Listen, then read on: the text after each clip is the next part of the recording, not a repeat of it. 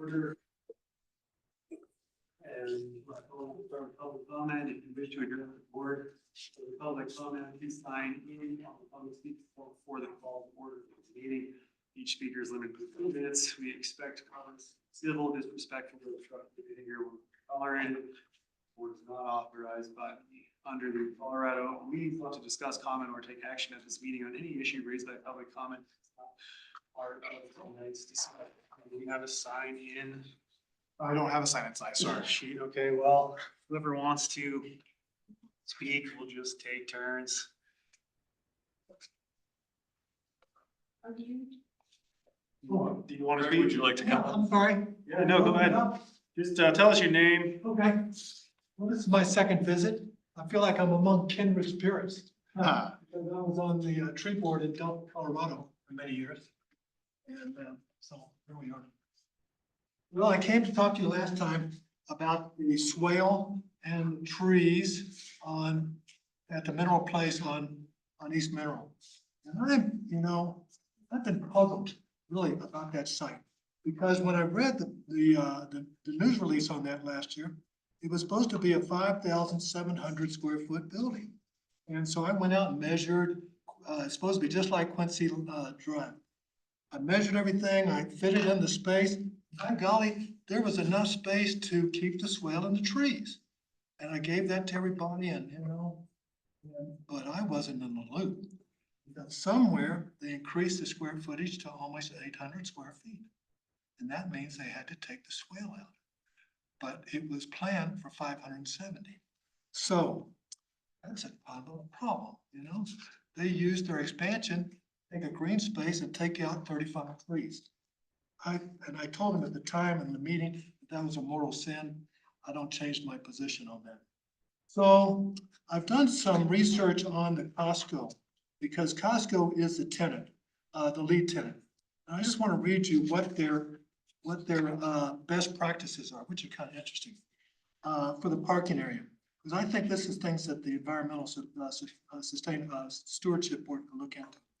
They should have permeable paving, EV charging stations, bicycle parking, LED lighting, green landscaping. These are all the things they do. Stormwater management, sustainable signage, and regular maintenance.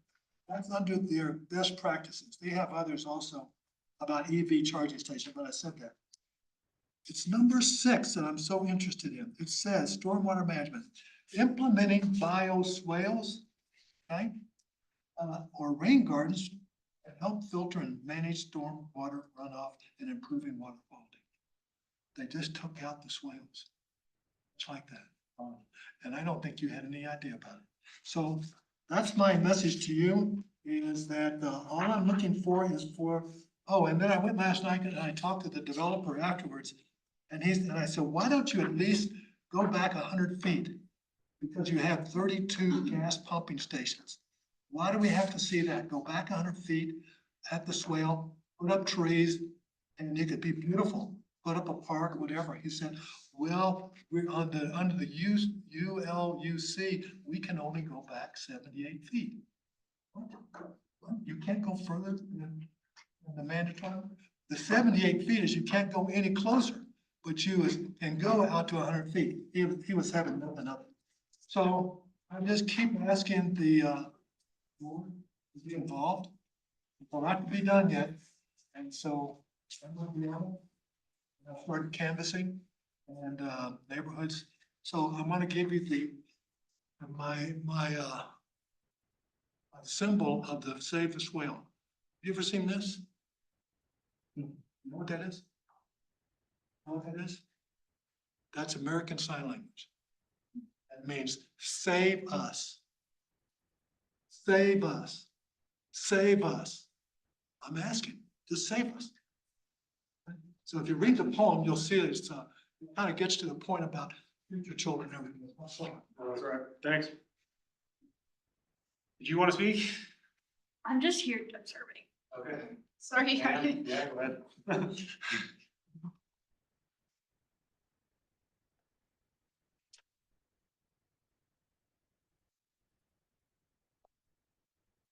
I'm Pam Shepard, I was walking half from here. First off, thank you for posting your document packet. The clerk has said boards don't do that.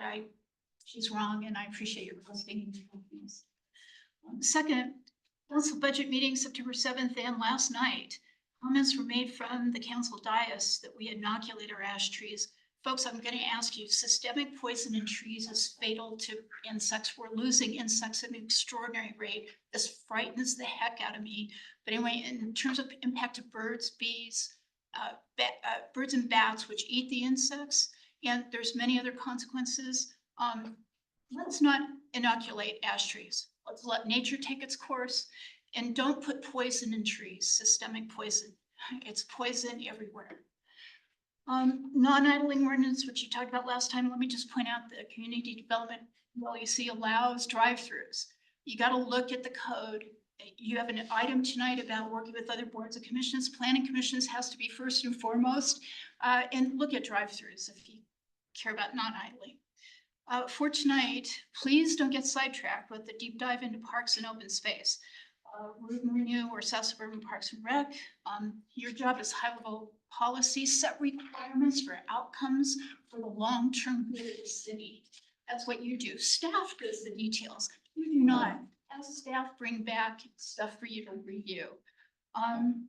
Yes, please work with other boards and commissions. There should be a yearly timeline for city products, and it should incorporate right up front for the whole year, which boards meet when, about what product for the beginning, and then the review, and then the end. That should be built into our project management of the city. We have siloed departments. We've got to fix that management failure, and you folks are part of that. So working with TMB and Transportation Mobility Board is good, but the code and the building code in the public works is really important.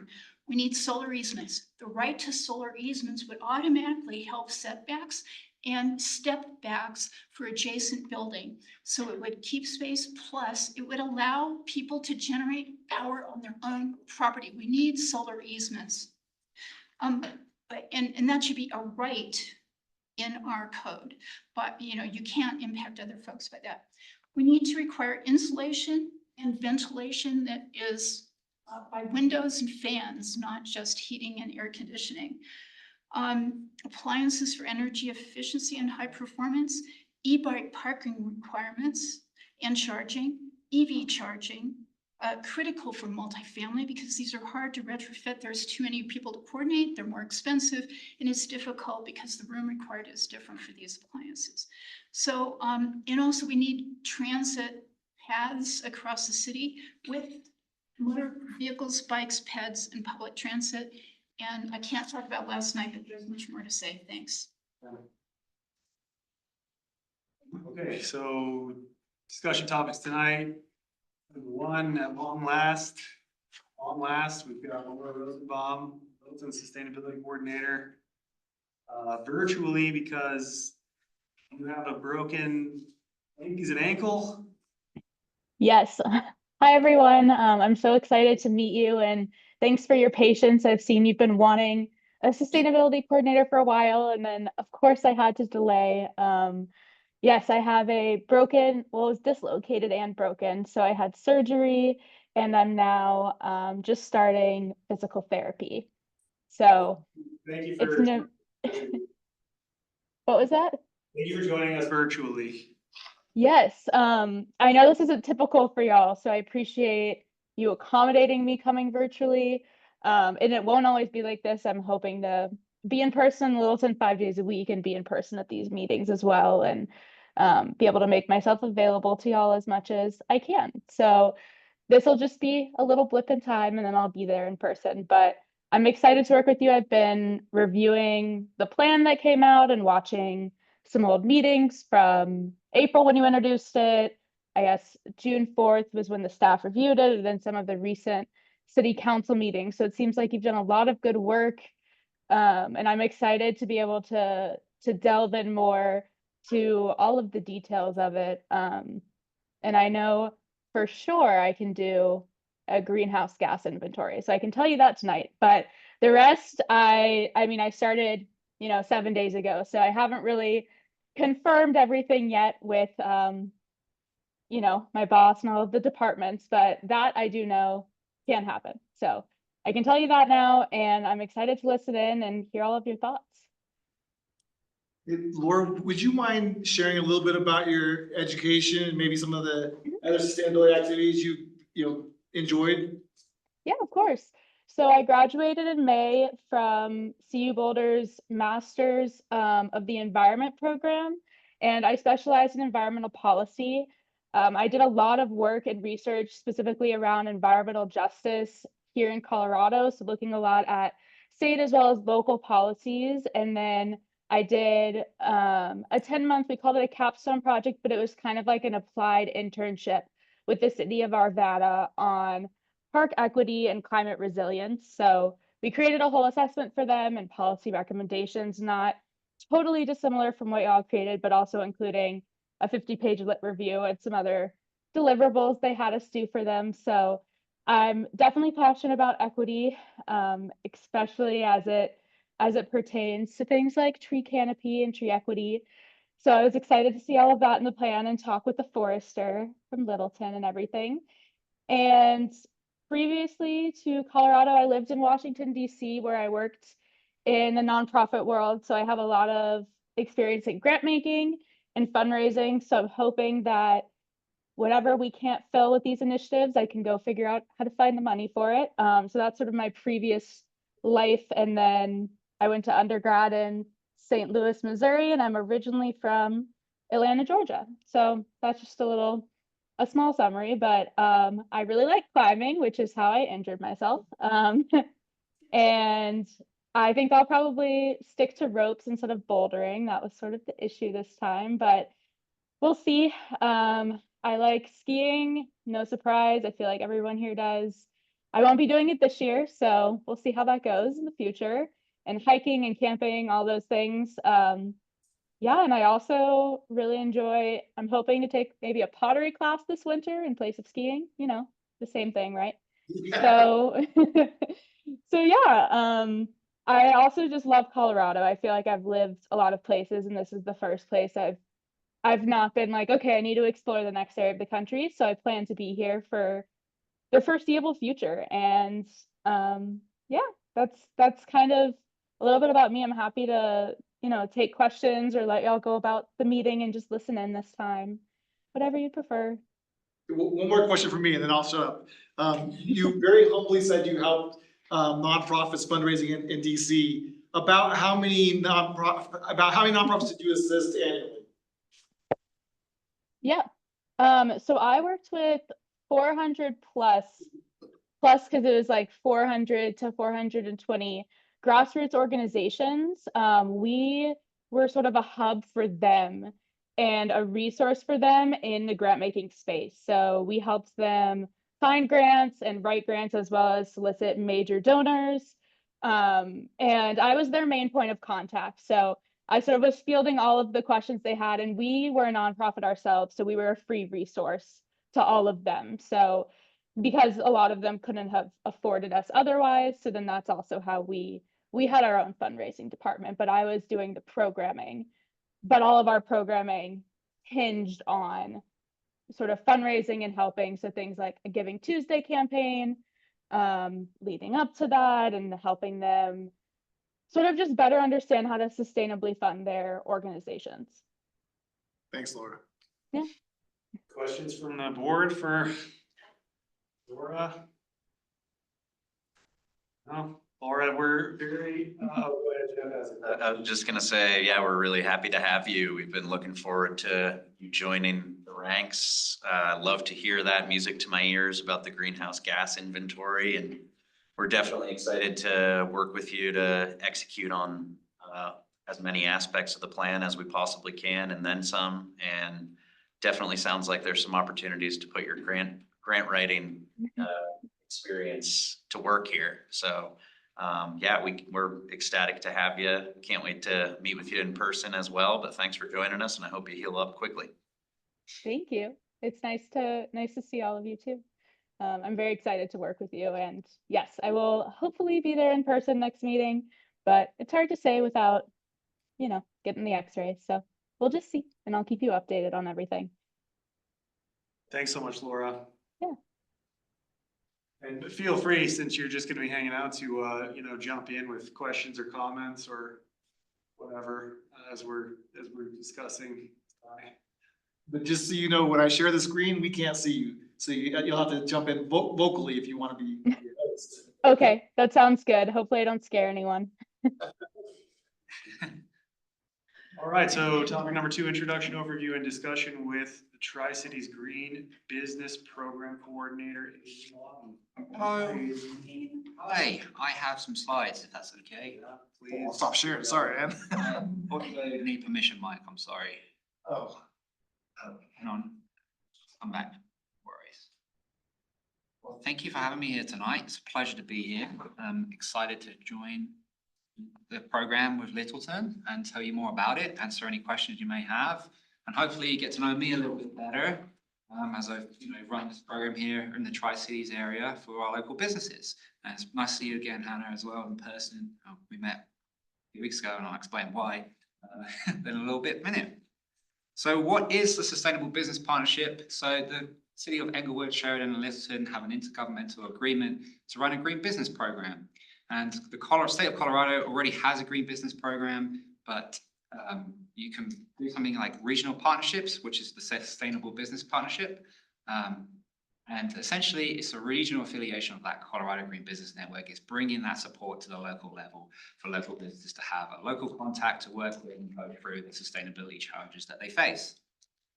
Well, let's get to know me a little bit now, spend some time, that's okay. And I realize now that these pictures are all work related, apart from one, but I promise I do have a life outside of work. So yeah. So my hometown, I speak funny because I'm originally from England. My hometown is actually the oldest recorded town in Britain, and it used to be the Roman capital of England when they were ruling. So it's quite a historic place. We have a castle in the downtown area with a Roman wall that goes around. So if you ever get a chance to visit and you're interested in history, it's a pretty cool area of the world. Unfortunately, I'm a Manchester United fan. So if anybody here follows soccer, we've had about over 10 years now of mediocrity. But I was hanging in there and hoping that Manchester United and even the Denver Broncos can turn it around. Who knows? I love carbonara. I mean, if you ever see me eat it, I can eat pounds of it. There is a competition around here locally for an eating contest. Sign me up because I can put that away. I can tell you that. Being in Colorado, as Laura mentioned, is a great place to get outdoors, enjoy hiking and kayaking. Joined a volleyball team this past summer that just wrapped up for the season, and that was cool to try something new. Of course, I like playing soccer. I mean, that's your birthright, being born in England, I guess, right? So to keep it interesting, keep us awake this evening, I decided to play a little game with 2 truths and a lie. So 3 statements on the board. I'll read them out, and you can call out, shout out, whatever you think is not true about me. So the first statement is that I've met the Queen. Unfortunately, she's passed now, but when I was younger, I got the chance to meet her. It was awesome. I've been to 21 US states, and I've helped conserve sea turtles. So which one do you think I'm lying about? 2. 2? Turtles? I was going with number 1. Same one. You saying one? I just really want to think about that. It is the number 1. Yeah, I never met her. Just dashed all of our impressions. I've lied to you already. You lived up to my expectations. I'll never meet her now. It's that boat. Okay, so let's get to know me a little bit better. So I did my MBA at CSU. I focused in corporate sustainability. I also did a carbon management certificate there. And if you think back a few slides ago with a picture there, you saw a weird little paper game. I created my own board game to teach sustainability concepts through fun, basically, because I really feel like learning through play is essential. We learn so much as children through playing, and so let's not ignore that. And so I took that to a conference in Boston last year and was recognized as the 6th most engaging session out of 140. And this is going up against Harvard and MIT, and it's just me with my game and my ideas. So I'm quite proud of that. It teaches businesses return on investment on sustainable decisions, and not just from financial, but also emissions wise. So that's a pretty cool thing that I worked on. I've worked in 3 different countries, so US obviously, UK and Greece. And yeah, I really just enjoy helping people, helping businesses and seeing people succeed, and that's what I enjoy doing, really. So let's look at the program a little bit. So as mentioned, it is a regional partnership with the Colorado Green Business Network. It's a voluntary program and it's free for all participating businesses and nonprofits. You can even be a solo venture. There's people who just have a side hustle that signed up and their office is their bedroom and they've joined the program. Not in Littleton, but elsewhere in the state of Colorado. So it's a really cool network. Diverse businesses are part of it, from breweries to auto shops. There's a whole range of businesses part of it, and I'd like to talk more about that.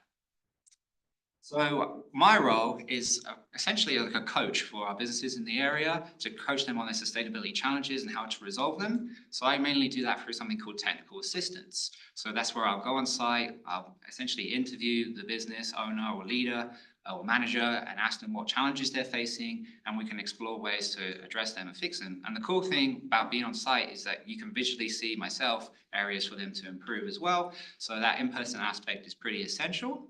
And then, recognizing and championing those businesses that are making a difference. So Hannah here, I know, works at Breckenridge Brewing, and they're a silver recognized member of the program. So recognizing that at a statewide level is important for businesses, especially, to showcase what is possible. If you're a business owner and you have an auto shop, well, there is ways to be more sustainable, and we can show you examples of that existing in the program. And then also coordinating workshops. So right now I'm working on an EV workshop that will take place in November. And that's the idea of that is to bring all the participation entities in one place. So that's Excel, Drive Clean Colorado, local businesses that use EVs already. And so if you're a business owner or a leader and you want to learn more about how to actually get that funding to your business, you can learn that on one day in one place, rather than being sent to different people in different places to get the answers to your questions. So that's just the first one.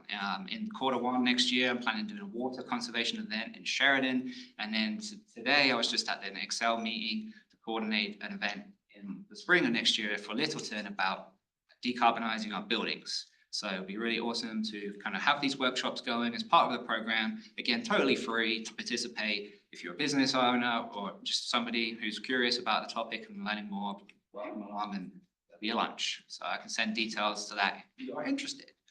And yeah, the overarching goal is to make this program the best green business program in the state of Colorado. And I'm hopefully doing that now. So the program aims itself, so beyond me, like the state level on screen here, kind of just going on a little bit more of what I was saying there, is that consistency and support.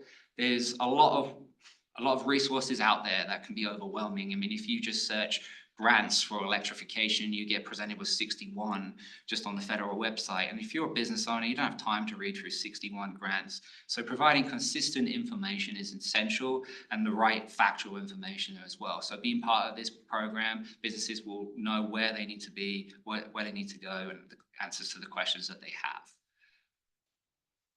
So I mentioned the 2 kind of main branches of the program. So there's the recognition level aspect. Just by signing up, you're at that support level. So you get access to the newsletters, you get access to the technical assistance completely free, just by literally signing up on the website. And then if you want to, you can pursue recognition levels, starting at bronze all the way up to gold. There's 500 total points available, everything from transport to policies to electrification, water, quality of your water, what you're doing to clean that up. There's points for pretty much anything you can think of. And then out of 500, you get awarded a recognition level.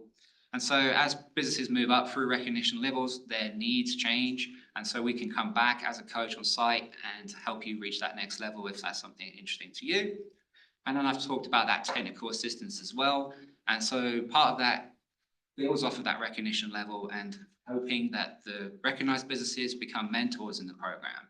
So for example, in Sheridan, there's a catering company called Mountain Crust, and they're doing exceptional work at cleaning up the waste of that industry. And Ryan, the business owner, wants to be a mentor for other catering companies in our area and show them what is possible and how to run a catering company without having so much waste.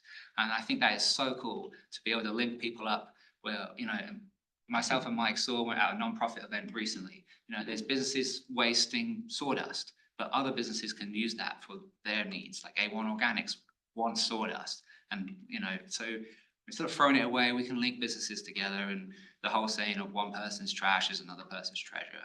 So that's a pretty cool aspect. So by being part of the program, you get the operational improvements, you get that assessment, identifying the needs and what you can do at a lowest cost possible. So the program isn't meant to make a business have to fork over money to pay for something. If you go to Deloitte and get a greenhouse gas emissions report, you're looking at $200,000. Well, I'm not going to write you a greenhouse gas report, but I can put you in connection with the resources to get that as cheap as possible. So reducing the cost for the business, reducing the compliance issues, and then looking at how can we innovate and build a green business program in our city that we can be proud of and showcase at the state level. And then again, we mentioned that community connection, those workshops and events will be totally free. And that technical assistance, businesses really find a lot of value in that too. If you become recognized, you get a signed certificate from the governor, which I think is pretty cool, but some people might disagree, but it's pretty cool. And you also get access to basically our statewide marketing. The state has so many followers on social media. It has a newsletter that goes out, and businesses that thrive and are recognized in the program can be featured in those articles too, which is really cool if you're a small business and you can't afford marketing, that you can get that exposure there too. The press kit is awesome. It allows you to put these logos on your website. It allows you to put them on your windows, whatever you want, we'll provide that so you can showcase your recognition. And then you get access to letters of recommendation for grants from the state. So that's the Department of Health and Public Health and Environment will write you a letter endorsing your grants. So that's huge if you're looking at grant funding. So these are some of the benefits of becoming a recognized business. But again, it's totally up to the business if they want to pursue that. There's no pressure at all. So last Friday, we had the annual recognition event. And so these are some of the photos that took place at the event. So there was 400 people in attendance. And we gave out some really cool awards to the businesses that signed up in the last year. And it was great to bring everybody at the state level, from all around the state together in one place and celebrate their successes in sustainability. So what's coming up?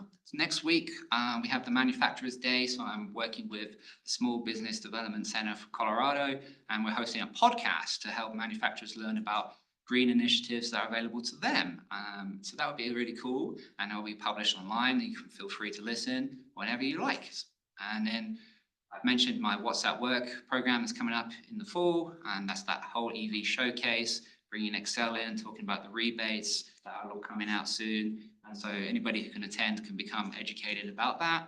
And then looking forward to the new year, looking at working with A1 Organics, who are a gold member in the program. They will showcase about what initiatives they have for water conservation through their business, and then we can bring in utilities, still piecing that together. But to have again another workshop type event there, but what about water? Right now we have 23 businesses in the Tri-Cities area that are in the program. I've provided technical assistance to 6, and we have 5 recognized. Unfortunately, the 5 can't grow until 2025's event because it's a once a year annual recognition thing. But the intention is to grow this to as many businesses as possible and help as many people as possible that I can. If you are featured as a green business at that recognition level, you get put on the website for the Green Biz Trackers, where you can also go to sign up for the program. And that's pretty cool because as a consumer, you can go on here and identify the green recognized businesses in your local area. So if you're somebody who likes to shop sustainably, you can easily find out, on one website, well, which businesses around me are actually thinking that way too. And it's another way to showcase their successes. And yeah, has anybody got any questions? You did much work with Waste Management, Republic, other solid waste management companies at this stage? Not at this stage, no. Okay. The program launched in Inglewood and Sheridan in June, and then Littleton in September, so still fairly new. But yeah. Well, I can confirm as one of the local business contacts. So the Colorado Green Business Network is already a really great resource, and I think this is a really phenomenal extension for local businesses in the area. And even before this, Aiden had already reached out to me, which is fantastic considering, you know, September was the introduction of Littleton into this. And it's exciting because I think kind of like Aiden mentioned, there can be an overwhelming number of resources for a lot of different things. And to have someone be able to help you sift through that and as a business, you know, and in my role, for instance, like as much as I wish it was, sustainability is definitely not my only responsibility nor my biggest responsibility. And so having some assistance with that and help with that is really phenomenal as a local business. So I am very excited to have. Happy to hear that and look forward to working with you in a few weeks. How are you spreading the word? Oh, there's all sorts of ways we can do that. So outreach, looking at social media mainly, but we're in newsletters, we're in the magazines for the different cities that we're part of, going out on site on business walks. So just essentially going up and asking if the business owner is in or available and promoting the program there. Yeah, I'm not shy about any kind of outreach. You know, if you think of something that I haven't thought of, let's do it. I was lucky enough to join him at a chamber event where he worked the crowd very well. And as you can tell, he's very charming and people enjoy talking to him, listening to him. And then we obviously have other colleagues in the city who have strong business relationships, like our economic development team. Aiden's coordinating with them monthly at least, and trying to figure out ways to not only connect them with this, but also further the goals of the city in other areas, right?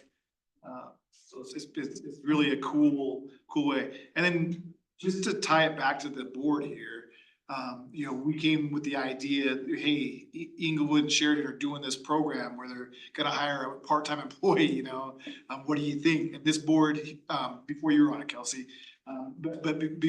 recommended that the city partner with these other two cities to bring that position from half-time to full-time, with the city of Littleton benefiting the other half. So really, you want an example of how this board has impacted the city. Aiden is one of those examples. And really, you know, one of the values that the ESB, the Environmental Stewardship Board, set in the action plan was collaboration, and this is absolutely that. With the other cities, with the state, with the business community. If we're gonna accomplish our goals, we really need a wide net, and this is helpful in that area. Yeah, absolutely. I think firsthand, like experience a couple of weeks ago, I brought the Sheridan and the Inglewood economic teams together. And it's like the first time they've ever actually sat down together and shared ideas.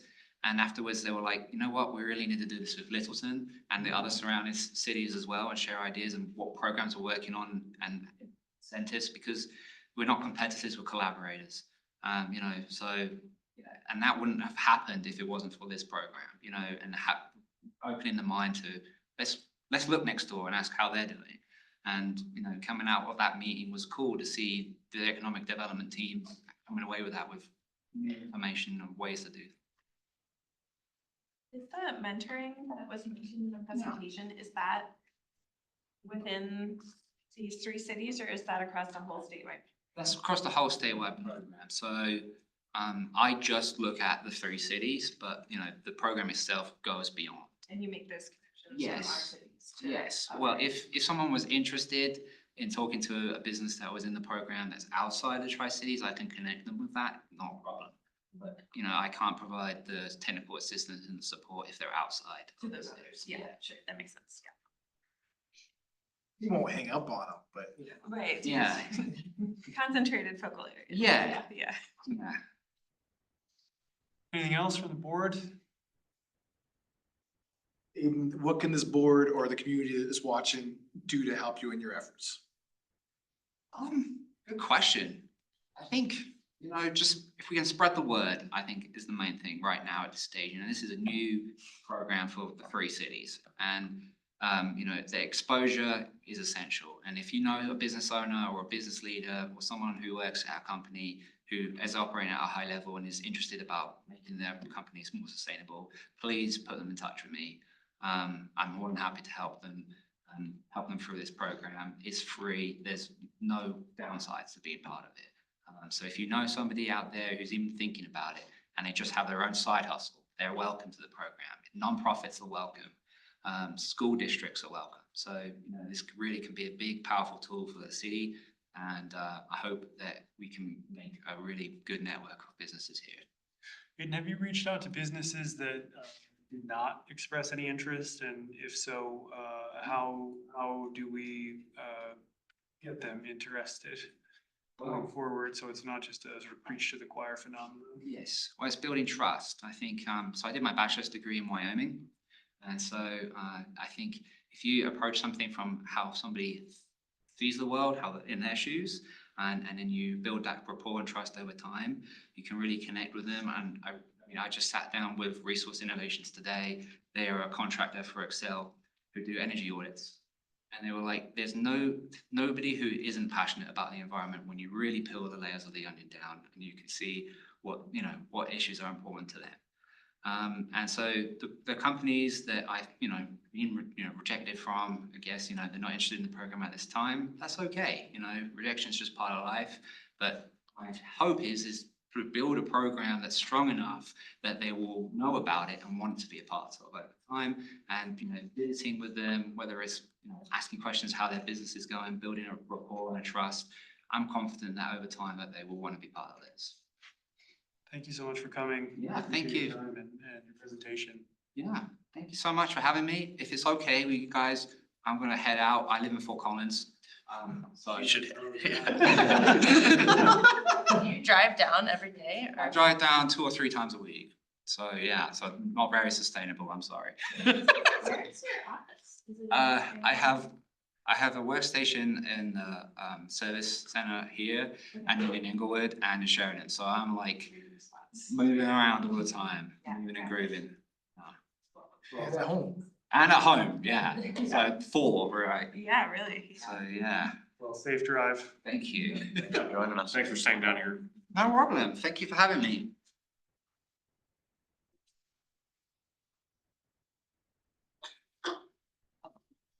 Next up, November ESB discussion topics. Mike, do you mind introducing this one? So you may remember at last month's meeting, one of the discussion items was, what are we doing and what are we working on? And how can we focus and really make sure that our that your time is being used meaningfully and making a difference. And so this item, there's 4 sub items in it, is really designed to elevate that discussion and help all of us leave tonight knowing what we're working on, knowing how it's going to impact things and giving us some direction. So one of the questions last month was, what does the council want us to do and what kind of direction are we receiving from council? So council has asked that many of the boards and commissions host a joint study session together annually. This is one of those boards that they want a joint study session with. In 2024, we did not host a joint study session. In lieu of that, you made a presentation of the action plan to council April 23rd, if you guys remember that. It was received very well. It was great, and certainly worth celebrating. But I think the fact that it wasn't a joint study session with more than this one item might be some of what we're feeling here, going, hey, what are we doing and how are we going forward? So knowing that, I think that it could be really helpful to schedule a joint study session early in the year. And talking with Mayor Pro Tem, we were thinking that you might want to consider March for a couple of reasons. One, that the whole board stays together then. Anybody that gets appointed new in April, those kind of things, wouldn't go, what's this, starting with a new meeting or whatever. The other is that would be timely in informing the operating agreement negotiations with South Suburban. And so and then we'll get into that, these next couple items, but if you were prepared to deliver recommendations to council of what they want to be, want staff to focus on and to try to include in an operating agreement going on, March would be a good time to target. March is early enough that it could impact budget discussions for both South Suburban and the city of Littleton for 2026. It is hopefully far enough away that you could accomplish some things in the meeting between now and then that would help you feel comfortable and confident, ready to go in March. And so I guess the question for you is, do you think that a joint study session in March is a good idea, or would you rather target it sooner or later or whatnot? And you don't have to necessarily answer it or even discuss it right now, but before we leave tonight, I'm hoping that I walk away with that kind of feedback and guidance from the board. And I will say too, that following our last meeting, I think that was the one where we had South Suburban presenting, or was that the one? Two months ago. Is that 2 ago? Okay, all right, well, I know what year this is. Council, I think, as our chair knows, has not necessarily had a significant hand in the operating agreement between the city and South Suburban has not been really revisited by staff in a significant way in a long time now. I know Kelsey Stansfield, who's coming back from her maternity leave, is kind of taking the spearhead on those negotiations. However, council in and of itself has kind of been disconnected from it. And based on our meeting with South Suburban, which was a good meeting, but not necessarily, I guess, practically productive in terms of moving the ball forward from Are you talking about a meeting with them with the council had, or the one they had here? Correct, the meeting with council. Thank you. We have a joint session once a year, but that is not necessarily even a point at which there is much in any way of negotiation. It's more of just a collective airing of grievances, which again is not particular. It's good insight, but again, not necessarily as functional as we'd want it to be. So I think what Mr. Mike Jen here is proposing, and I think this is actually this is part of council's direction, and also accepting your work plan as it's written, seeing that as a priority. We could, essentially the idea here is that by sometime in early next year, as Kelsey comes back from her maternity leave, and as these negotiations kind of proceed forward, that having your group work hand in hand with staff on those negotiations would be extremely helpful, because honestly, our council has a packed agenda, as far as the eye can see. And this deserves the time and attention. Now, we get relatively little insight. I mean, we get some insight at that singular meeting. We understand kind of the limited operational capacity that South Suburban ultimately can provide throughout all of its operating areas. We had a little bit more insight as to what the capital projects are that are being planned, some of the initiatives that are being tried, but quite frankly, it's opportunistic at best. As a grant comes along, that's pretty much when we see traction. If there is internal capacity to even move a particular project forward, but there's not necessarily rhyme or reason for it. So I think, from the city's perspective, from council's perspective, having an idea of what their current both operational and capital plans are in the coming fiscal year, and hopefully, 3 to 5, years, would be a good starting block. But then taking obviously our environmental stewardship work plan that we've put together and saying, do the operational and capital investments that South Suburban are making, are those meeting our needs? And if not, where? From a budgetary and projects perspective, where are they not meeting our needs? Are the projects misaligned with our priorities? Is the staffing misaligned with the need in terms of upkeep and care of facilities that we currently have? And to that end, what is the deficit? Can or should the city be making up part of this deficit from our own budget? Or where are there opportunities that we co-invest to kind of raise the bar? South Suburban's budget for the foreseeable future does not look like they are going to be making any monumental changes, quite frankly. And then they don't have proposed mill levy increases to increase their operational capacity anywhere on the horizon. The capital projects that they have in the queue beyond buildings and facilities are generally only cash funded. Except with the exception of some of the major ones, but beyond some of those major kind of indoor recreation facilities, it kind of is what it is.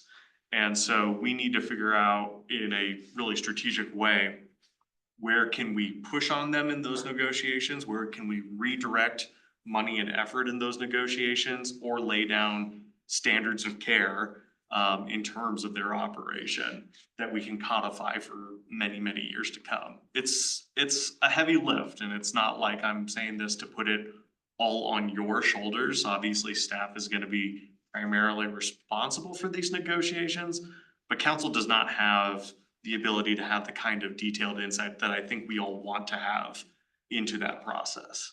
So that is kind of our proposal to you all, and for something for you to consider. So I want to stop. Was that a fair description of what we were looking at? Thank you. Yeah.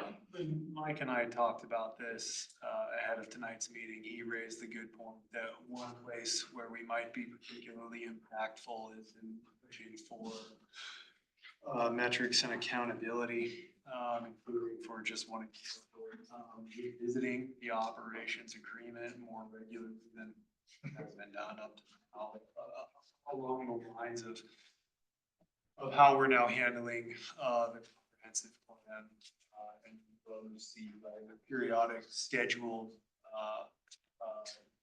processes to update documents. But what does the board think about this? I guess my 2 cents are, we recognize the importance, the role that South Suburban plays in environmental stewardship locally because of the amount of open space that they manage. I think too that there's a timeliness to this ask from city council in that the new process is underway. And, you know, we independently, before this conversation sort of went live recently, had come to the conclusion as a group that one of our top line priorities needed to be acting as an accountability body to South Suburban. So for my part, I don't see this as any kind of wasted time. I think that there's good work to be done here. I'm okay doing it. And when you say that, is your thought that we would basically dedicate time from now until March to that?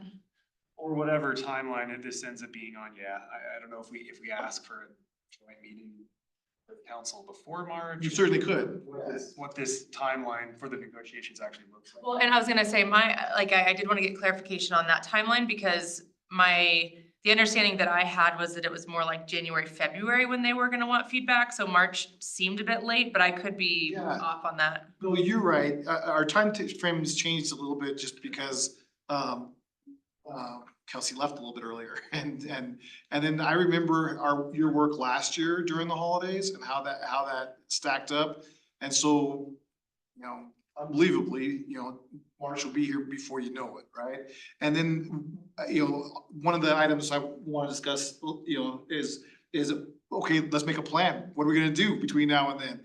And the depth of what you want to dig into will also dictate how much time you want or need, you know? So if, for example, if you say, we want, as a board, to deliver recommendations to add, you know, whatever number of sustainability elements into the operating agreement moving forward.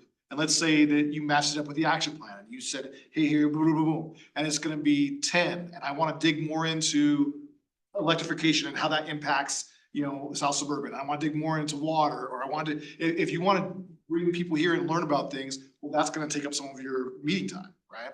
And last year, you guys added extra meetings, which you could do, but I don't think you need to do. I think that there's plenty of time. So assuming on what you select and how you want to do things. But your plan for how you're gonna get from here, what you want to recommend will dictate if March is the right month or January is the right month or whatever. But yeah, if you want to go in January, I'll make it happen, For me, just echoing Hannah's questions and Hannah's point, I want to start at the beginning and really understand not only the timeline, but the proposed approaches and structure of this negotiation.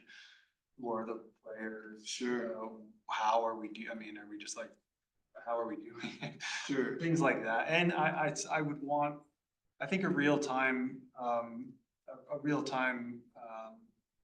idea from whomever of the real political opportunities here, because I do worry about, in the end, us potentially wasting time if, some of the frictions between us and South Suburban win the day, so. Well, so I can give you my thoughts, but you might want to get thoughts from somebody else too. So if you want to, we can work on that. But my thoughts are this: is we have an operating agreement currently that doesn't expire. It's a very limited operating agreement.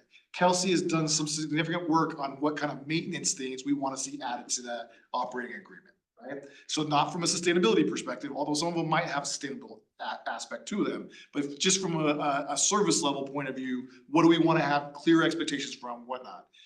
So missing from that conversation would be sustainability concepts, right? You guys have talked about them. We certainly have the action plan, so we can try to derive from that, those kind of things. But if you want a more direct role, you can have it. Who's the partners in it? Well, because there's no expiration, and really it could be anybody. And if we go back to where we were at last year, when we were talking about building the action plan, this group really wanted to not have constraints, not have limits, not be guided. You guys wanted to do your thing, and it turned out awesome. It turned out well. So rather than put in constraints in what you would recommend to council to be included in there, you might want to do the same kind of approach. We want to look and see what the best sustainability practices are for parks and recreation. And regardless of who's going to be at the table or how long it takes to achieve, we want to give you some moonshots here. And so if we don't accomplish it in time to be implemented in 2025 or 2026, we don't have to give up, and it's not a loss. We can keep moving towards those things. And what we found with the action plan, when you guys delivered it, much of it is very achievable, and we can make significant progress early on. My hope would be the same kind of thing, Scott. Like just in terms of, one of our core values being collaboration. Are some of our neighboring communities similarly situated with regard to South Suburban that we might leverage some of those relationships? And I'm thinking specifically in terms of if somebody tries cities processes with Sheridan and Inglewood, and I know that those communities, well, Inglewood has its own Parks and Rec district, but Sheridan doesn't. And I know that they've had some hurt feelings about South Suburban in the past. Do they have an open-ended operating agreement? Are they thinking in these ways? I mean, is it possible to do it together? Yeah, I don't know the answer, but certainly there's a lot of communities, Lone Tree and Centennial and whatnot, that have relationships with South Suburban similar to ours. And if you'd like, I could do some research. Our team could do some research and we can bring back information. I spoke with the here in the void. I spoke with the sustainability coordinator, Mel England from Englewood and Sheridan. And Englewood doesn't work at all with South Suburban, which I think is what you just said, but it's a little hard to hear. And she said that the relationship that they have with Sheridan might be a little bit different than what Littleton has with them, because I don't think that they own as much of a proportion of their space, is what her understanding was. But she said that in her role, she doesn't work with them a lot. It's, I guess, someone like Kelsey with Parks and Open Space. So just thought I'd toss that in there if that's helpful at all. Yeah, I think that more comparable cities for us would be Centennial and Lone Tree.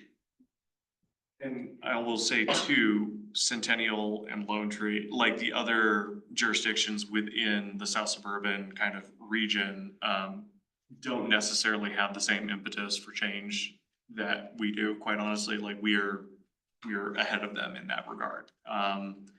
I think the kind of, I'm speaking very generally and very broadly, and it's well worth like researching to a greater extent. But I think their conception of a Parks and Recreation District and the services and facilities that are being provided are in general being met, at least according to some of those elected officials.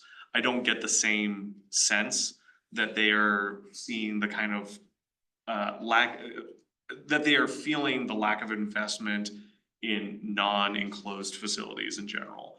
And I think that is a huge, it's a huge part of what we want to push for.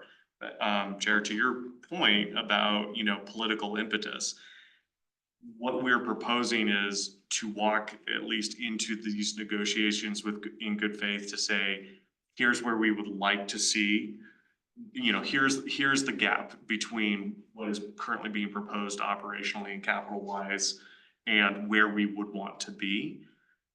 Can you, South Suburban, move closer to where we want to be? Any degree of movement would be a financial win, but knowing what that delta is also gives us the ability to start essentially staffing up Kelsey's team to make up for that deficit. And that is something we haven't really tackled ourselves in the past. Is that the real scope of the negotiation, Steve, the sort of operations and capital? I'm just thinking there's so many kind of stewardship and sustainability adjacent topics that, I would want the city discussing if that's part of the negotiation. I kind of doubt it, but I'm thinking in terms of like, for so long, their budget has been really hard to see and to understand. And their elections are conducted in like a pseudo-democratic way where like you only get a mail-in ballot if you specifically request one. So the only real voting is happening in person on election day at like polling places, which means you get like 100 votes and you win. Like it's seriously, like you get like 1,000 votes and you win, and it's like completely disproportionate to the amount of money that they control. So things like that, are really impactful for Littleton. Absolutely. And I don't think any of that is off the table. And I think some of those cross-cutting governance and standard operating procedures and generalizable policies can be part of that, right? Saying, for example, we as a city are moving our fleet vehicles, maintenance equipment towards, for example, electrification. South Suburban, what is your plans for this equipment and you'll get, whatever response you get kind of thing. Say, well, that's not sufficient. How can you move closer to where our goals are in that regard? So I think when I say operational and capital, I mean it to say that there are many cross-cutting themes in our work plan that can permeate all those things. They just happen to be coming away with a budgetary idea of what the delta is between what would it take for them to start adopting better forestry practices that we are establishing. What would be the financial gap to move them from their current practices to where they need to be? Or in water conservation, what would be the gap? Move them from current practices to where they need to be. And if they can't sustain that, that means it will ultimately be on us to essentially move that ball forward. I guess for me, a list is starting to emerge of topics, right? You've mentioned capital, you've mentioned operations, we've talked about metrics and accountability. I think I'd like to also have some type of an impact on South Suburban's internal culture, right? We learned when Andy came that they have a sort of nascent stewardship committee that sort of is doing things, Employee committee. sort of not. Yeah. And could we insist on some cultural shifts, some internal administrative shifts that would sort of empower the people in South Suburban who do want to be doing sustainability work, but right now are. I would encourage you to feel free to scope this any way you want. You're gonna recommend this to council, and council's gonna say, hey, staff, we don't want you to do this, or we want you to do this. So I think the council's more aligned with your aggressive desire to move forward than not. But I think it'd be an error on my part if I counseled you to be more narrow in your thinking. So. And in early days, when we are drafting what like a series of recommendations are for the change in the operating agreement, to break it down into things of governance, staffing, operations, asset preservation, capital investments in the future and stuff like that. I think if we break it down into that structure and put put a meager amount of detail in there as to what would be included in that, I think I will take that to council, break out at least 30 minutes in a study session to say, amongst the things that we have skeletonized here, what should we not have ESB working on right now? Or what should we not even have the city working on right now? So real quick, I want to kind of take a pause and a step back real fast because I want to take the temperature of the board and also hear from Laura on, the conversation I'm hearing is great, and I personally think that's a good direction that I want to go. But what I want to do real fast is read the highest priorities that we listed on our action plan, kind of get again, take the temperature from the board as a whole. See if that's the direction where we seem to be agreeing that we want to go, if there's something higher priority on here. Laura had mentioned greenhouse gas inventory. Is that something we need to be involved in? I don't think it is, but I wanted to just take a pause real fast before we get too far into the weeds on that topic specifically. So I'm just gonna read through it real fast. And this was what we listed as the highest priorities for the city. Complete a greenhouse gas inventory and create a climate action plan. Hire a sustainability coordinator, check. Educate and inform the public about environmental efforts, get people out of cars, electrify the built environment, transportation, and lawn and garden equipment, incentivize water conservation, provide every building with recycling and composting options, allow the ESB to act as an accountability body for the city's relationship with South Suburban Parks and Recreation Department, and lastly, implement community-supported agriculture. So real quick, just wanted to kind of, again, take temperature on how the board as a whole is feeling. I don't know if you want to go first? Yeah, well, I think the timeline for the South Suburban thing makes it feel like more pressing. Like we don't want to lose our opportunity to prepare and then have really thoughtful suggestions that we present. It sounds like Laura has the GHG handled. Thanks, Laura. Just do that real quick, thanks. Yeah, thanks, no problem. Yeah, so I feel like I'm feeling like the timeline of the South Suburban thing myself, but I'm also less familiar with this list than you all are. Yeah. Okay. I would just say that as much as it would be nice to see if other cities want to do it, I think that we don't have time for that. We just do it. We just tell them what we want.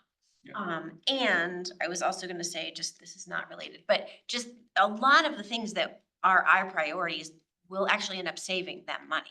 So we kind of, I think we start with those, like, here's how you can not mow, here's how you can not water, here's how you can not treat trees for bugs that are coming no matter what. So I think we focus on those because I know their budget's small.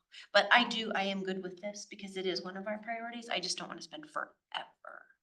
And I'm still getting used to the, oh my God, everything is so freaking slow in government. It drives me insane. Sorry. Yeah, that's okay. So I'm just like, let's do it. I'm trying really hard. Working with 8 and 9-year-olds all day. You're like, come on, people, we gotta get to music. Let's go. So that's what I feel like.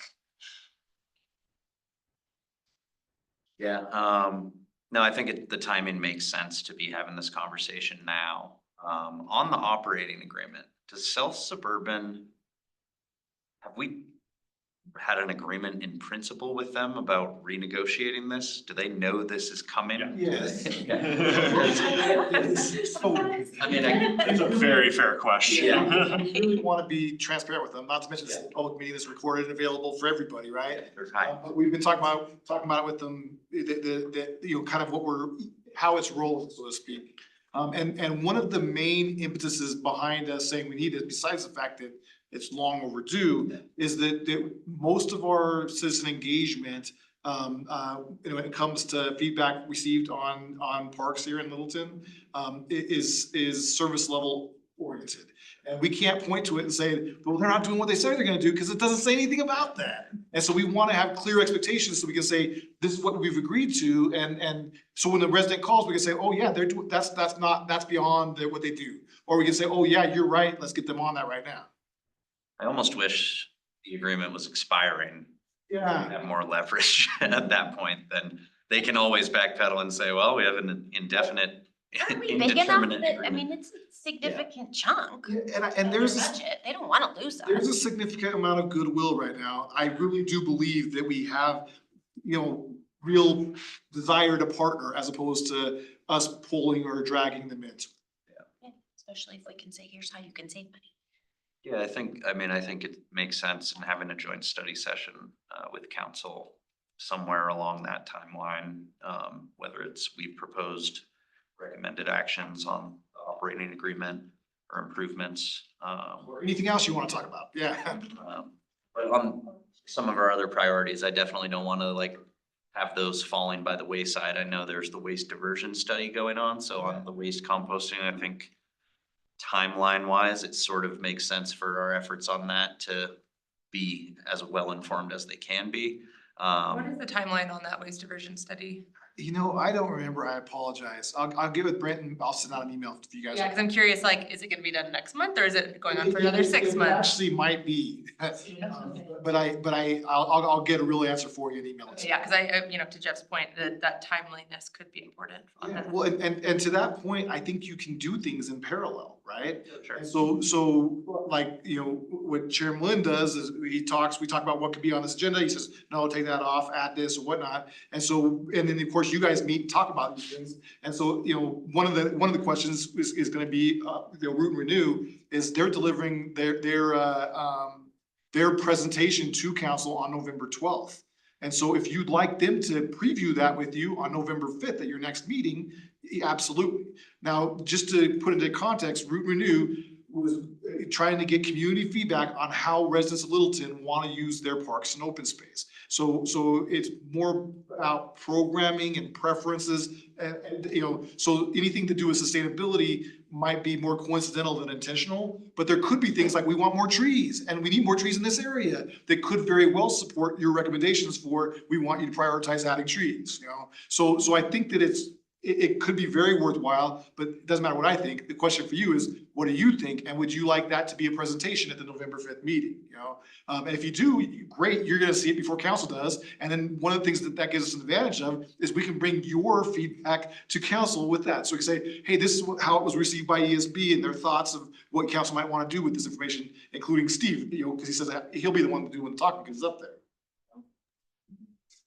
I wanted to speak a little bit to the South Metro waste diversion study. So I'm taking that over for Brent, and I had a meeting with them earlier this week. It's with Centennial, as y'all probably know, Centennial, Englewood, and Sheridan. So there are only 4 or so of us in the group as it is, and right now the step that they're on is that they're in the midst of generation modeling and waste composition. So they're quite literally taking all of your trash and recycling and like dumping it out in the like tons of pounds to figure out the breakdown, because we don't have a lot of that data right now. So that's also what the generation modeling is. They're trying to figure out exactly what those greenhouse gas emissions look like and from how we can divert waste in terms of recycling and composting. And it seems like their timeline is potentially doing some type of waste summit early next year, which might involve both city council and this board. They haven't decided yet because not all the cities have a board, and then if it's fair or not. And then in next August is when they're going to present the final waste plan to the Colorado Department of Public Health and the Environment, which is the entity that's funding it. So it's in a while from now, but in the meantime, I've been talking to Mel with Sheridan and Englewood, and she has, other suggestions for like, how can we look at composting drop-offs in Littleton before thinking about like single hauler. And so all of that stuff is it's all in the works, it's all in discussion, but I think in order to get some of the better funding for it and better policies, we've heard a lot of feedback like, okay, well, we want the data. So we're working on it. As you said, government is doing its own timeline. So here we are.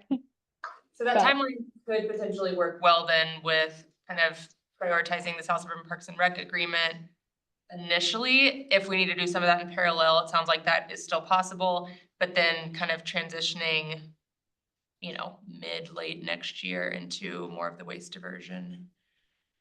Yeah, and there might be an opportunity for y'all to engage early next year, but it would probably be, something if you could attend like in person 2 hours, and then you'd probably be hands off and I'd be working on it. And then I can bring you updates as you want them, and then you could dive more into it once there's actually a plan. Okay, great. Thank you for that update. That's helpful. Some critical items that also came up during our budget session related to your high priority list there, about building energy efficiency, decarbonization. We as a city, for the first time, are actually going through a condition analysis of all of our facilities. We've got more facilities than I thought we had, considering we don't visit all of them all the time, but it is something well within our control, essentially, to not only manage, but many of these buildings and facilities are coming to term in one way or another. And we're talking like critical building systems, HVAC especially, has a ticking clock on it as soon as you install it.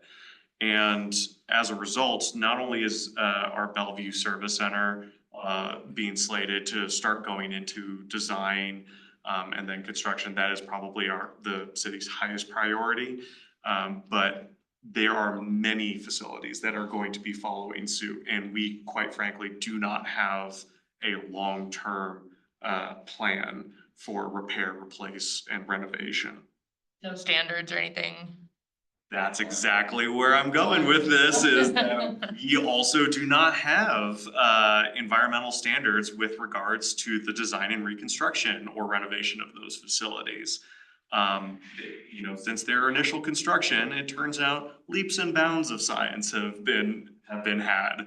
And it is going to be extremely pressing, not just for the Bellevue Service Center, but for all, when we have this facilities plan back, it's going to take council a significant amount of time and effort to go through the process of who goes first, how much it costs, how we're gonna fund it. And quite frankly, we don't have a baseline of, we want this building to be fully electrified to this standard of efficiency with these kinds of embedded materials and decarbonization aspects embodied in them, regardless of national certification or other standards. What would Littleton want to do from an environmental perspective on things we control? And so for 2025, this is going to be a hugely pressing topic, because this is a 20, 30-year type of initiative. And if we don't set some standards, at least baseline standards now, we'll have missed a huge opportunity.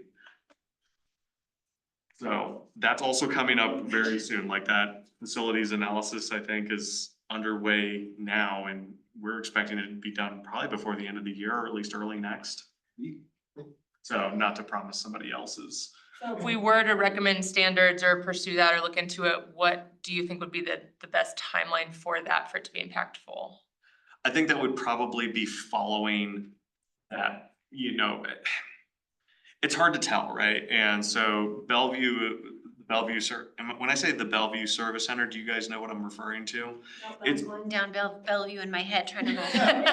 You would see it, actually. Across the street to the south from the school. Between Slaughterhouse Gulch and Bellevue, right next to Santa Fe. Okay. There are some post-war buildings there. I mean, it's bad. Watson Hut, Huh. that kind of stuff.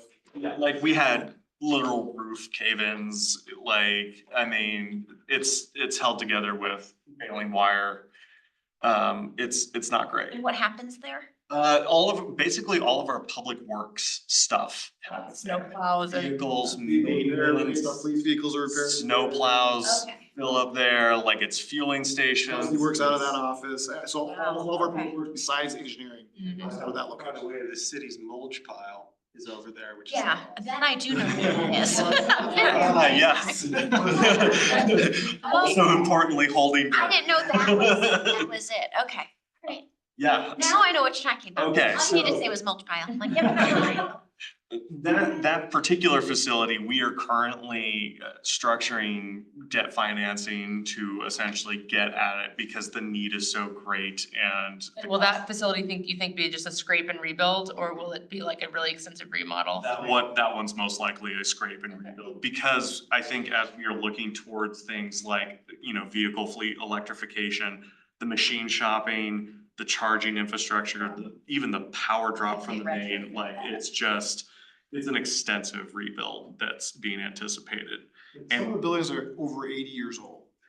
Yeah. So- But it's not all scrape and rebuild because when the roof collapsed 2005 on the Fleet Park, they built a new Fleet facility.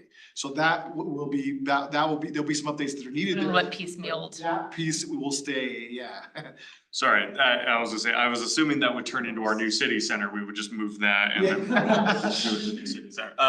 But we don't, we are about to walk into the design phase for that facility. And we are also walking in without having some of those baseline environmental codifications in place. And I think it is well worth investing the time, energy, and effort to, and there's kind of a vast array out there. And they all actually have different levels of, not just credibility notwithstanding, expense, certification expense. I'm not necessarily interested in the marketing aspect of it, but I think what I am interested in is that, are there national standards out there that we should be holding ourselves to as we embark on that journey? So.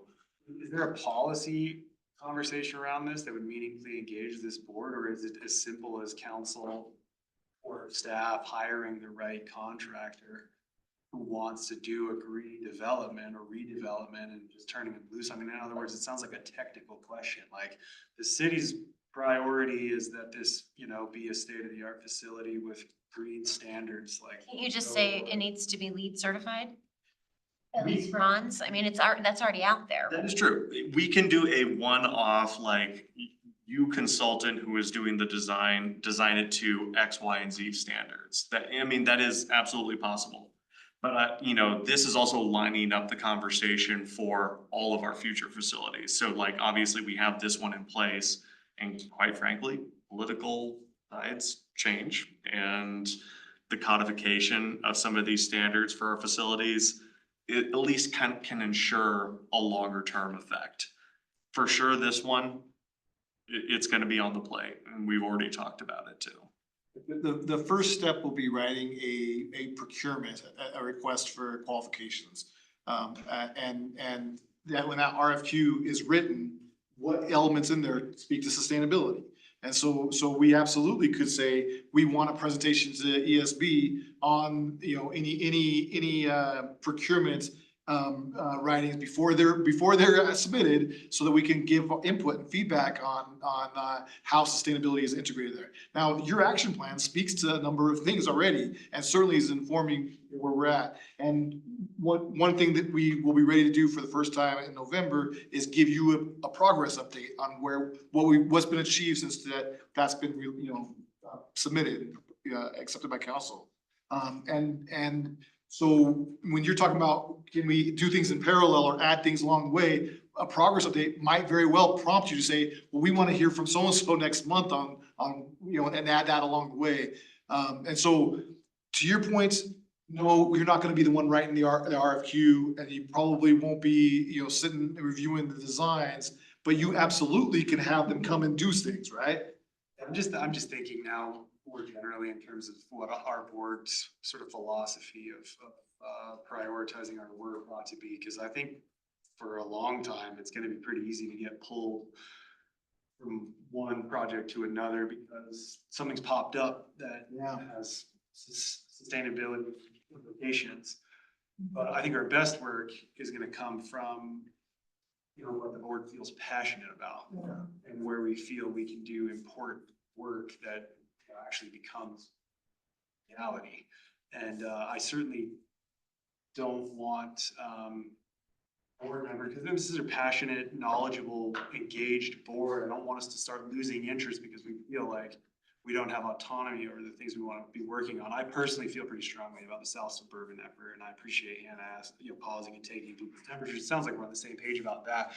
But after that, where are our hearts at? How do we follow our list as a board? Because there's so much fun we had, so much creativity. And is that, weighing in on facilities? I mean, maybe, I don't know, but maybe not, I don't know. So I've almost talked about everything out there. A couple that I'm missing here is, if you do decide you want to sink your teeth into the South Suburban Parks Recreation, I'd love to start making a plan for how we're going to do that. And then like rewild. I mean, to me personally, it feels like Yeah. I wanna sink my teeth in. I love it. I thought you were going that way, and that's why, that's why we presented this stuff, this way. But the other question that council said that you might want to do, that the ESP might want to work on is collaborating with other boards, commissions, So would you like to meet with the planning commission or the transportation mobility board to talk about, what they're doing and to try to encourage them to incorporate more sustainability into their visions and their work, and so again, you don't have to do any of those things, but that was one of the pieces of feedback. The council said, hey, when we said, what do you want to be doing going forward? And so I just put it on there because I want to make sure you're aware of it, that's all. My grant goes straight to community supported agriculture as like a flagship achievement that the community would be very aware of as the thing that happens next. If we're sort of broadening this conversation about where this board is headed in the sort of middle term, but yeah, I mean, we're doing South Suburban, we've got our work cut out the next, several meetings anyway. And then we can just revisit the conversation, see where we're at as a board, see where council's at, see where, the sort of Littleton context is, what projects are out there asking for input, things like that, see what Laura, she's feeling passionate about. It'll be a moving target, it'll be an ongoing discussion.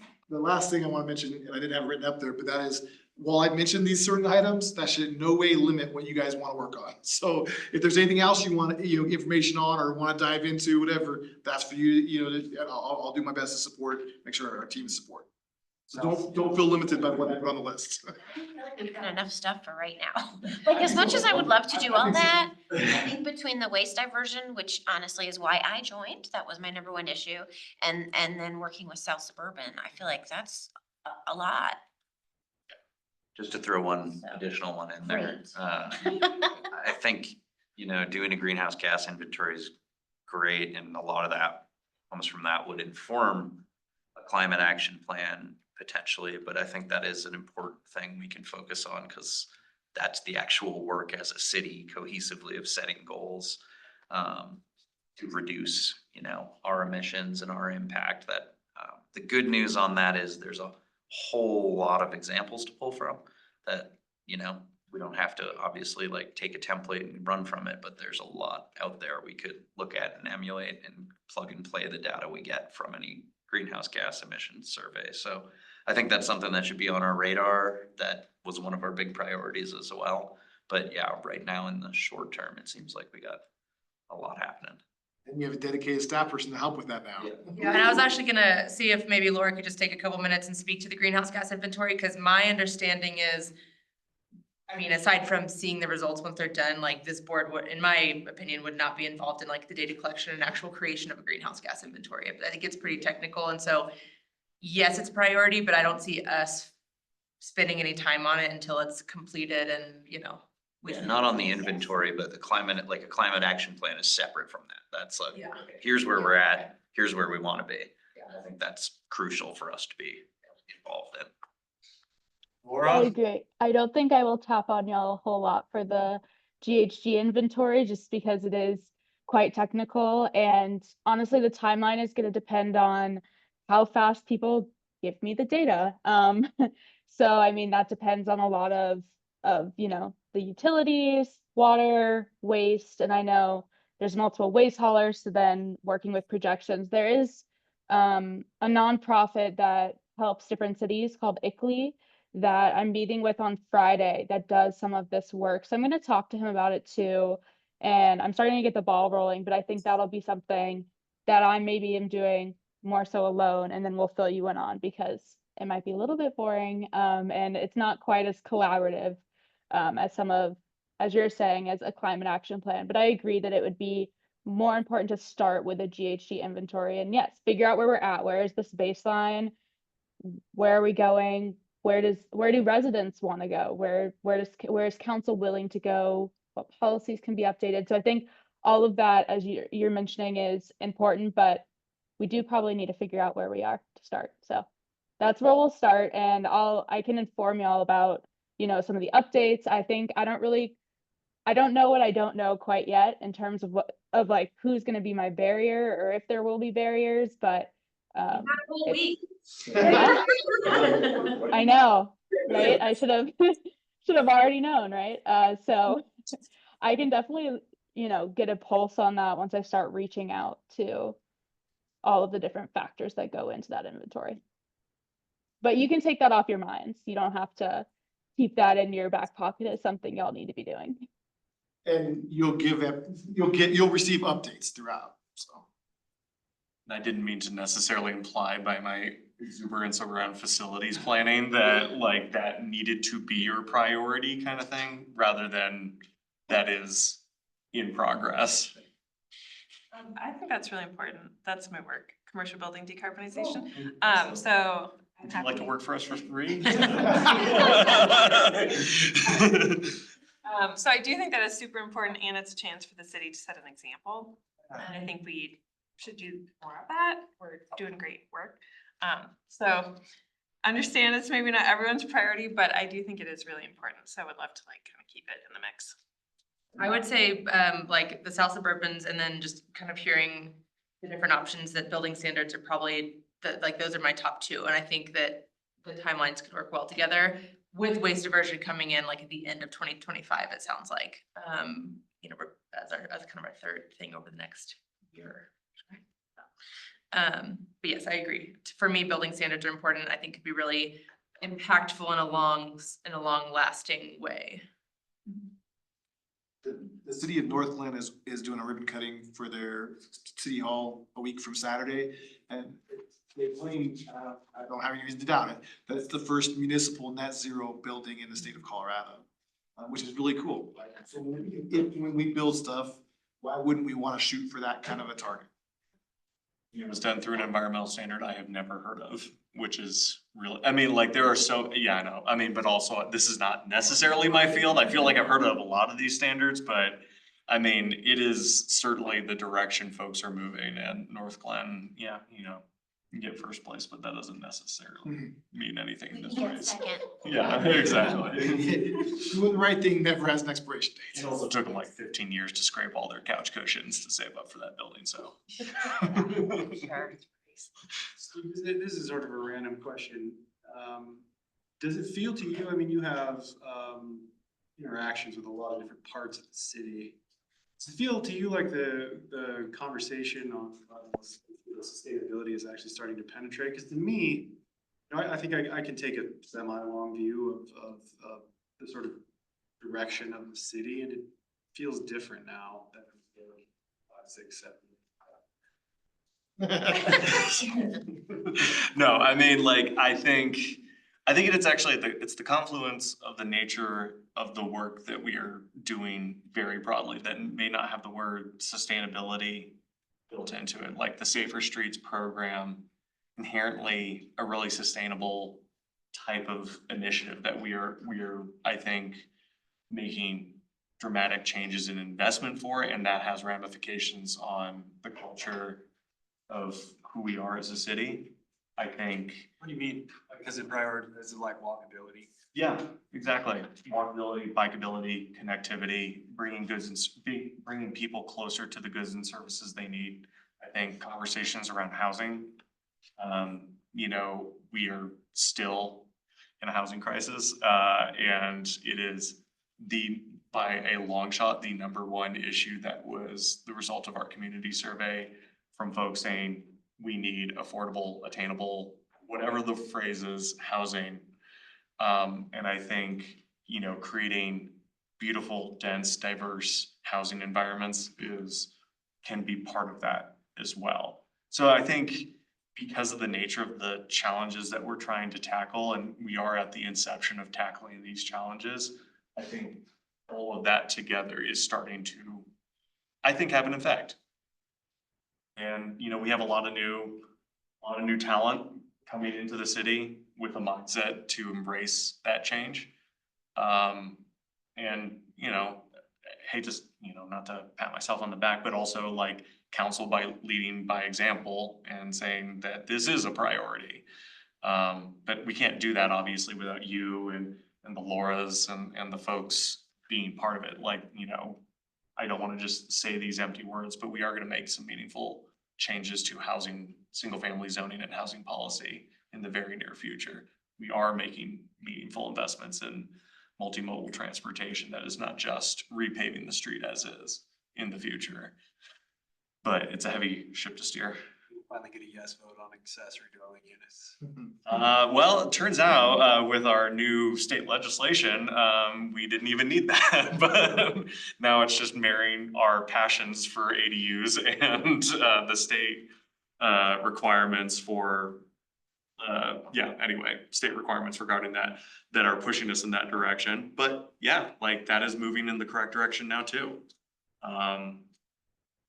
So, I mean, but it takes that continued pressure, which is why, you know, when we talk about 20, 30-year plans, it feels painful. It really can. I mean, I know. But So yeah, it seems like there is some consensus around South Suburban, just kind of. thank you. That's okay. So, we have 30-ish minutes left if we want to spend the full amount of time. And so I kind of wanted to, kind of like how Mike had actually called it out around if South Suburban is our next kind of priority, do we want to kind of look at a roadmap? Who do we want to bring in? Is that something we want to kind of talk about a little bit and figure out where those priorities lie and who we might want to talk to? Does that sound like a good use of time right now? Would that be helpful for setting meetings for the next few months, I guess? Like, who can best orient us to do that work, or Yeah, well, so I don't know the answer to that because we don't have a scope, right? So, if you say we really want to be oriented on open space and forestry, then I know the answer to that. You say we really want to be focused on fleet equipment, I know the answer to that too. I mean, so, you know, depending on what you want to focus on or broadly, or if you want to do these individually and then bring stuff back, or, you know, the world is your oyster. I will bring whatever resources you want. And if you want more guidance than that, I'll work on that too. is it important at all that we start with the existing operating agreement? I don't think so. It's useless. That the one page from the typewriter? There's nothing in there that's It's in the original stone tablet. I can't read cuneiform. Frame it through the screen. It's a handshake agreement. That's what it is. Wow, okay. Who on staff is working on it? Kelsey? Kelsey's been the primary point, Brent Soderling. Mary's definitely had a hand in. So good news, bad news is Mary's moving on in her career.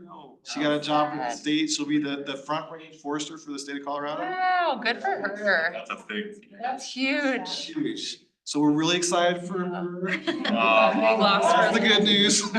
And she says she remains available, so if we were to invite her for something, but she'll be leaving city staff here in the next couple weeks. Is the posting posted? Okay. Will it be? I love your. I just have. Awesome. You're doing facilities, stay away from trees. Is this when it's? Thank you so much. Thank you. Appreciate it. And you know, so that Gretel had just said how slow government moves, right? And I will say that with the benefit of hindsight looking backwards, it's a lot faster than it seems like while it's happening. Like, well, it seems so slow while you're going through it, but like even just looking at what this board's accomplished, and especially when you compare it to other cities, we are making really good progress. So, but yeah, I'll make sure that posting gets shared with this board and however you can share it. I spoke with Mary earlier this week and she just sort of filled me in on a little bit with South Suburban, but I feel like there's a lot more I don't know that Kelsey knows. And she said that for her, Kelsey was such a big draw to the city and having such an amazing boss that she thinks it'd be a disservice to hire someone in her shoes without Kelsey there, like recruiting them. So she was like, I'm not sure how fast the process is going to be to replace me, but I think it's important that we get the right person. And I think Kelsey's the right person to find the right person, if that makes any sense. Kelsey is putting it on her maternity to start on the description and get things ready. And when is she back? You know, I don't remember. Like the jump date. on her when she Yeah, I don't gets remember back. the date. I want to say it was like the beginning of November. Okay. I think it's, mid-November. Thinking about our timeline, like, obviously that sounds too soon to have her come in any capacity to our November meeting, so. You brought your baby to the meeting. She's an employee though. Yeah. Much more limited capacity. Our meetings though. Don't have to do it. That's also true. We can move meetings, we can add meetings, we can change locations. For election day. Although I will say that it's really helpful for members of the public when we stay. And I think there's also a fair amount of like getting up to speed of baseline where South Suburban is at in terms of what it is doing and what it has planned that can precede that too. Do you have access to their existing operations? Cause that was another thing that was hard to. Yeah.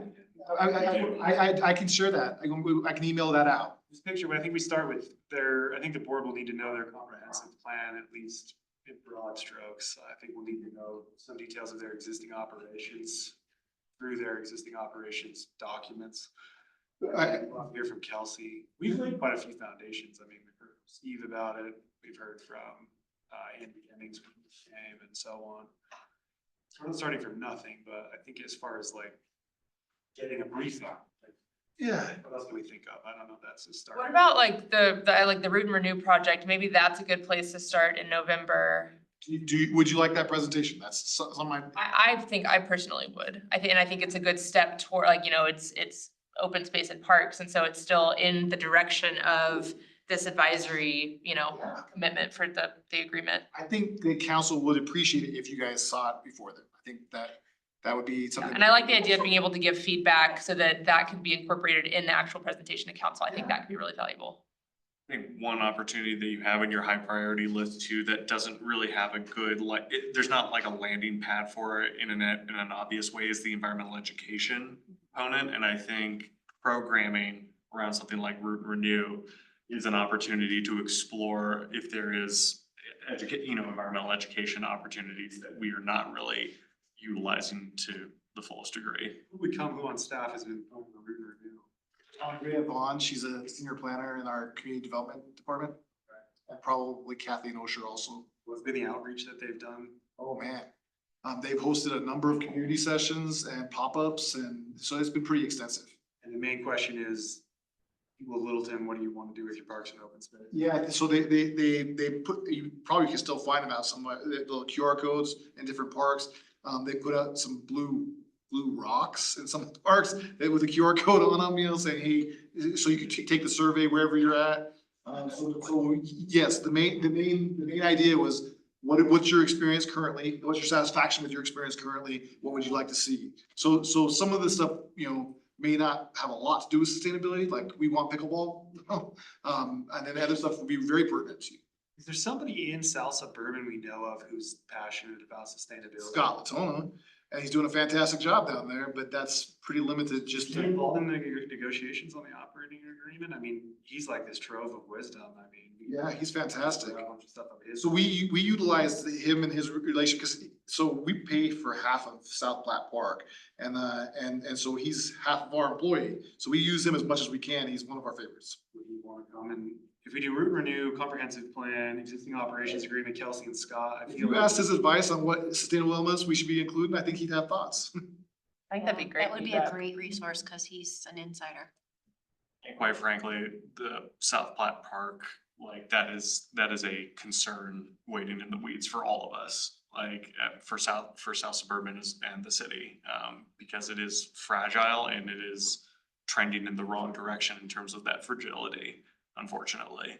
The new building approached on the park and the cottonwood forest is an obvious. They're not doing well. So like, It's the water see, resources maybe demand. December, inviting to the December meeting, or Just think, can we do like a charrette and, I mean, like have a meeting as like a briefing and roundtable with all these things and people, and our homework can be, take a look at the comprehensive plan and the existing operations agreement and come listen to it and ask questions of and have a dialogue with Kelsey and Scott, and I think that would be super productive. so That's great. am I reading right, December? I'm always like, can we do it yesterday, but sure. Well, I'm assuming that Kelsey wouldn't be able to join until either late November or early December. And in November, I'm hearing Root and Renew that probably is gonna be a 45-minute presentation. And then with discussion, maybe as much as an hour. And then we also want to give you that first update on the action plan. So that, that might not take, 2 hours, but at the same time, it won't be less than an hour. I personally think that fits well, doing root and renew and then action plan update in November and then have December be. Scotland, Kelsey, yeah. operations agreement discussion. Yep. And just kind of laying the groundwork. And in fairness, if you wanted to leave the process map at that, and then we revisit this in next month, or even in December, and plan for January, February, March at that point. And then you guys also might remember that originally with the action plan, we were going to deliver it several months prior to when we actually delivered it. This is the same thing. If you get really geeked out over the progress we're making, you're like, we're not ready to deliver it, we want to take some more time, you can do that. And I really believe that the work you're doing should not be viewed as a sprint with a deadline, but as a marathon that's going to change generational experiences in Littleton. And so, whether it's the 25 budget or the 26 budget, we are gonna make progress thanks to the work you're doing. And I don't anticipate attendance issues in early December, but I do know that's encroaching on the holiday season and we've had early December, not as much as like early January, for instance, but I did want to see, like, looking at the calendar, that everyone in this room, I know we're missing one, but that would actually be here for those meetings, or if we need to adjust it all, I think I'm fine. All on my calendar. I just. January. January 1st? January gets. Yeah, probably not gonna be here January 1st.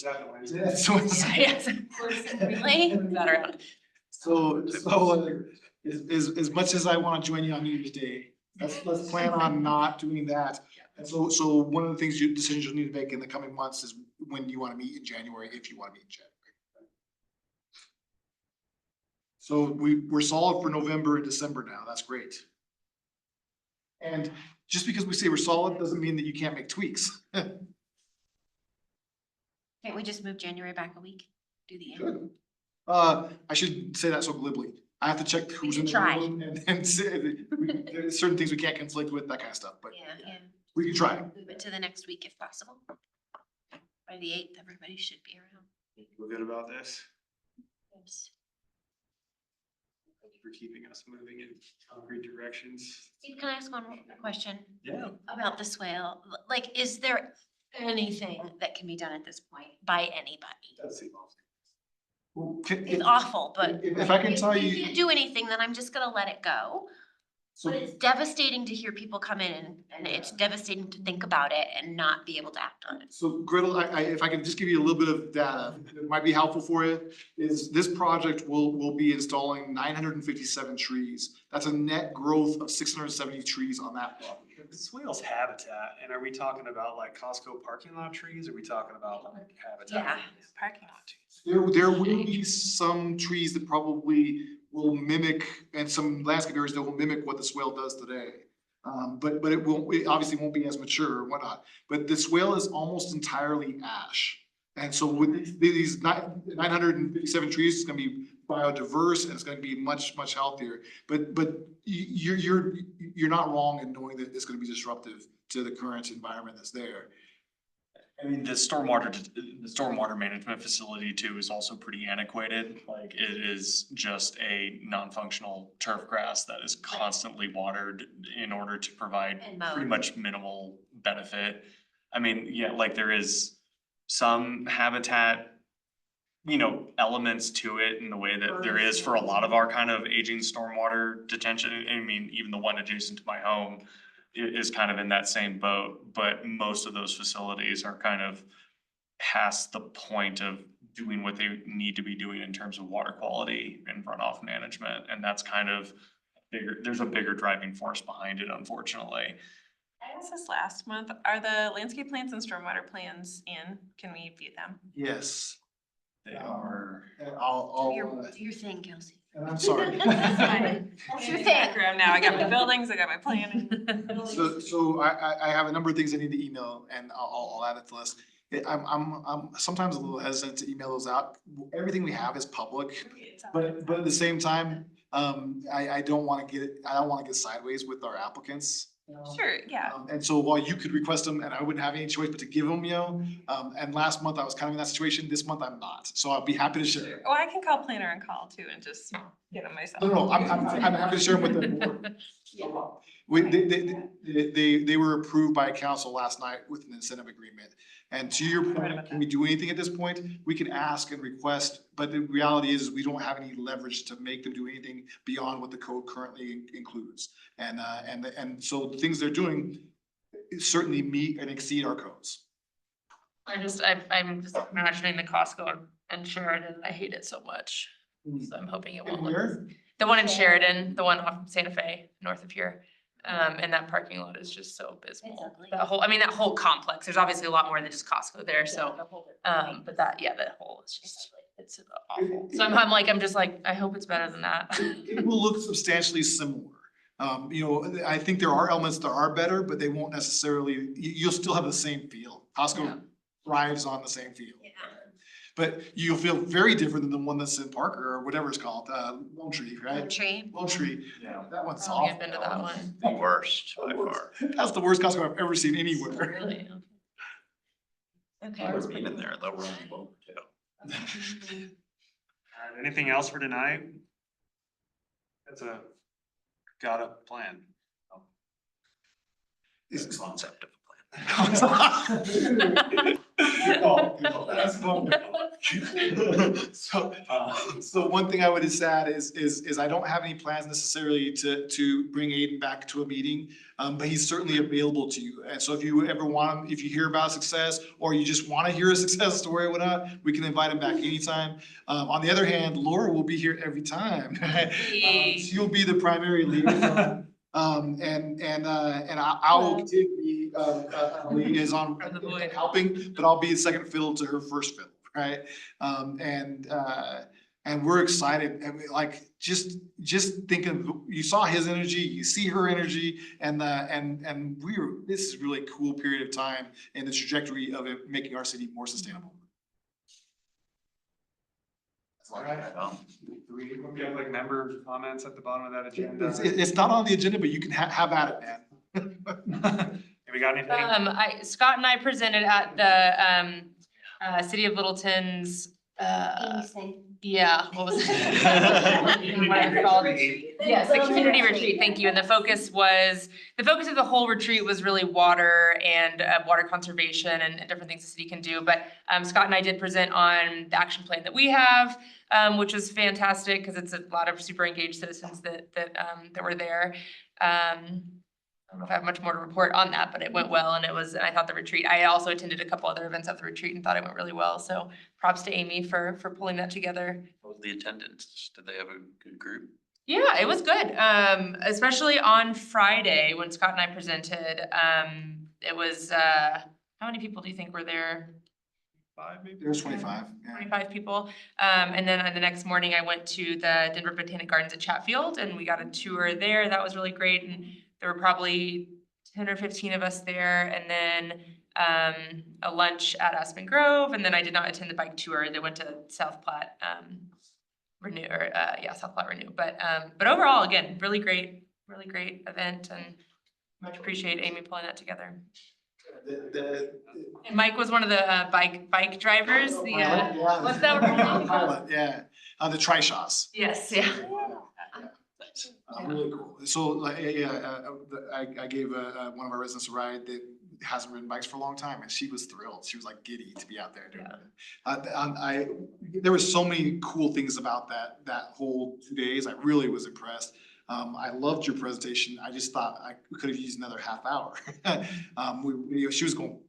Amy jam-packed the agenda. Kept everybody on Which was track. awesome, but yeah, like Hannah has so much to share, and we didn't have enough time to have that, And we had a great time Saturday morning out at Chatsfield. We could have spent 3 more hours there. I mean, the whole thing, and the people we talked to, Scott Latona's bit that we did at South Platte Park was amazing, and we could have done a couple hours. So I love the seeds that were planted with this. I think that the fact that there was a 5-year layoff between, probably, damaged the momentum. And I think that what happened this year could build for future. And you know, while this is not anything to do with the city, except for that we, you know, in-kind support and try to encourage it. If you see any kind of a slowdown in momentum in it and you think the city should do something differently, you could certainly make that recommendation to council.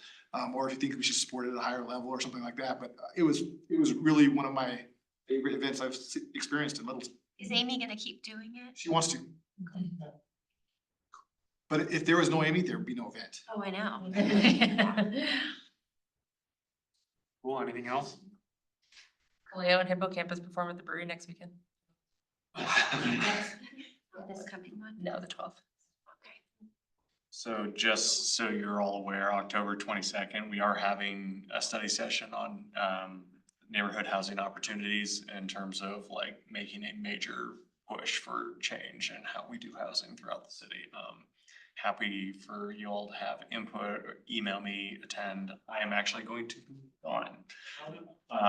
But my input will be heard loud and clear amongst my council members, and obviously, you know, we'll be voting on this early in 2025. But that study session is going to be highly informative of the decisions that are moving forward. Talked about root and renew. One other topic that might be of interest to y'all coming up actually in December is the new Arapahoe County Open Space and Highline Canal operating agreement.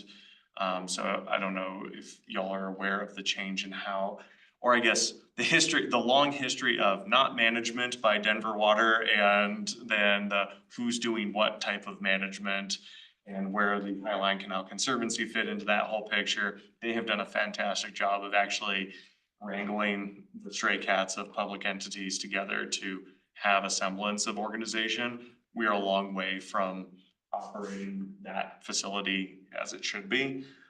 Tree management, trail management, debris removal, like, I mean, just everything. So Arapahoe County Open Spaces is going to be presenting in early December at one of our meetings, and that could be an opportunity if you all felt inclined to weigh in or at least pose interesting questions about what the management of that is going to look like in the future. I have a quick by the way. Yeah. So Arapahoe County Commissioner Carrie Warren Rowley was at the Littleton Community Retreat, and she expressed some interest in our negotiations with South Suburban. And getting other cities involved, I think was kind of her angle here, yeah. The challenge here is that much like other assets that have long had deferred maintenance, the Highline Canal is no stranger to that. And quite honestly, even though Arapahoe County is gonna start throwing money at it, it is quite frankly a drop in the bucket for what it actually needs. So at least we'll have an operating structure moving forward. But anyway, enough said there. Which brings me to November.